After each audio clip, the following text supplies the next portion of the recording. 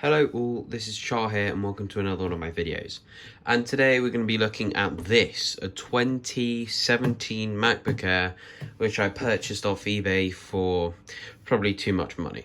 Anyway, let's start with the exterior of the thing. So this one's pretty dinged up.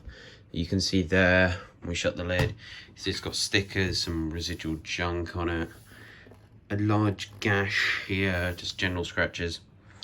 Anyway, and regardless of that, this is still a fully functional computer. There are no functional differences from anything else. Anyway, let's get started with the I/O. So, here we have MagSafe, which I'll talk about in a second. We've got a USB Type A port and a headphone jack. And on the other side, we've got Thunderbolt 2, USB-A, and SD card slot. Basically, this card slot's pretty destroyed. Anyway, MagSafe, this is something that's sorely missed on many a modern MacBook, simply due to its complete ease of use. As you see, I've got one here. You can just plug it in, and it gives you, it should, is this broken? There, okay, fine. It gives you this little light here to show you its charge status. So if we look here, it's 16%. And if this was fully charged, it would go completely green. It's the same thing that's on the MacBook Pro that I have. Anyway, so the trackpad. This trackpad is still very, very decent, but it isn't the sort of trackpad that you expect to see. You know, the modern ones that everyone raves about, the Force Touch systems, where it doesn't even really click. So if I compare it to this computer I've got here,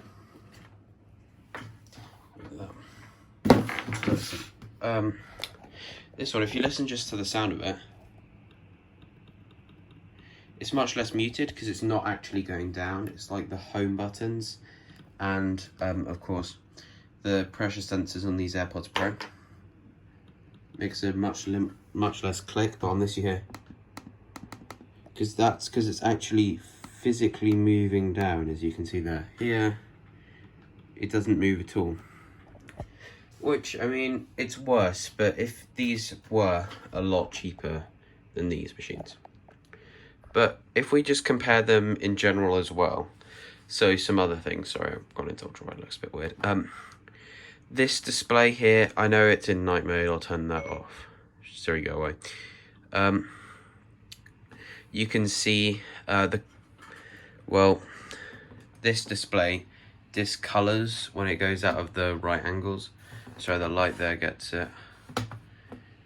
If you look there, you can see it just sort of goes black because it's a TN panel and it's not even a retina display. So if you see, if I zoom in here, maybe it'll pick it up. No, it's not focusing. Anyway. Compared to the IPS Retina display here on this MacBook Pro, it is a hell of a lot worse. This is still a very decent display, it gets plenty bright. Anyway, and let's get on to some benefits of this machine. Well, of course, you've seen MagSafe, which I was talking about earlier. It's also got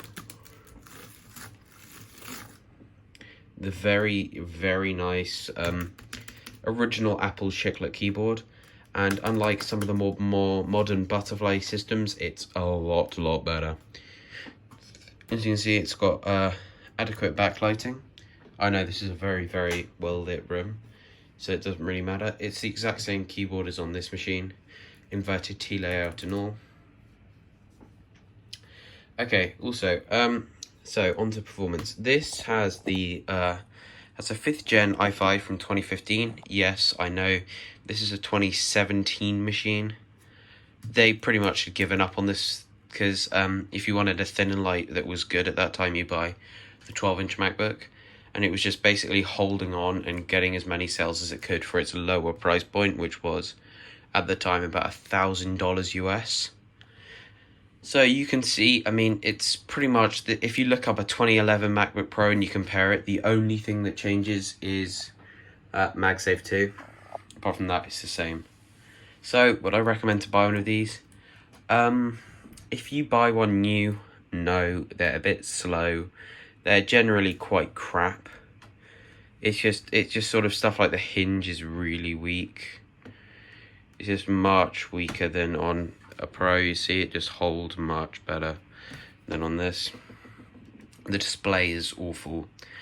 If you just want a Mac and you don't care about any of those things, fine, you can buy this.